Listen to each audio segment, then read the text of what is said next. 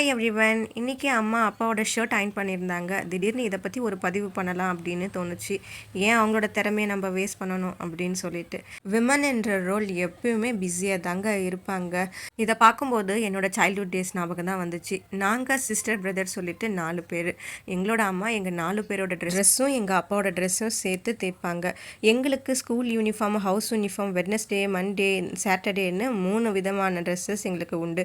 ஒவ்வொருத்தவங்களும் 3 செட்டு வச்சுருப்போம். அப்படின்னா நினச்சி பார்த்துக்குங்க, என் அம்மா சண்டே உட்காந்தாங்கன்னா எல்லாத்தையுமே அட் அ டைமில் எல்லாத்தையும் பண்ணி முடிச்சிடுவாங்க. கிட்டத்தட்ட 3-4 மணி நேரம் ஆகும். ஈவினிங் 5 o'clock சண்டே ஆரம்பித்தாங்கன்னா அது 8 மணி வரைக்கும் அவங்க அதை தீத்திட்டுருப்பாங்க. அந்த அளவுக்கு இருக்கும். என் அப்பாவோட ட்ரெஸ்ஸோ ஒரு 20 செட்டு எல்லாத்தையும் சேர்த்து என் அம்மா அயர்ன் பண்ணுவாங்க. என் அப்பாவுக்கு டைம் கிடைக்காது, அதனால் என் அம்மா தான் இதெல்லாம் அயர்ன் பண்ணி கொடுப்பாங்க.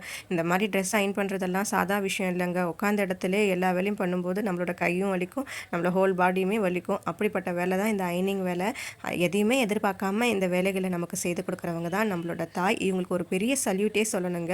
அது மட்டும் இல்லாமல் இதை சின்ன வயசுலேருந்தே பார்த்துட்டு வந்த எனக்கு ஆசையாக இருக்கும் அயர்ன் பண்ணணும்னு சொல்லிட்டு, அதனால் என் அம்மாவை கற்றுக் கொடுக்க சொல்லி நானும் அயர்ன் பண்ண ஆரம்பித்தேன். இந்த வேலையை நான் பண்ணும்போது தான் எனக்கு தெரிஞ்சது எவ்வளோ கஷ்டமான வேலை சொல்லிட்டு. அதிலேருந்து 8th ஸ்டாண்டர்ட்லேருந்து நான் தான் அயர்ன் பண்ணி கொடுப்பேன் எல்லாருக்கும். ஸோ நம்மக்கிட்ட அன்பு மட்டும் எதிர்பார்த்து நமக்கு எல்லா விதமான பணிவிடைகளும் செய்யும் மதரையும் உமனையும் நம்ம ரெஸ்பெக்ட் பண்ணணும். அந்த விதத்தில் அவங்களுக்கும் அவங்க கேட்காம ஹெல்ப் பண்ணணும். Okay, bye bye. Subscribe my channel.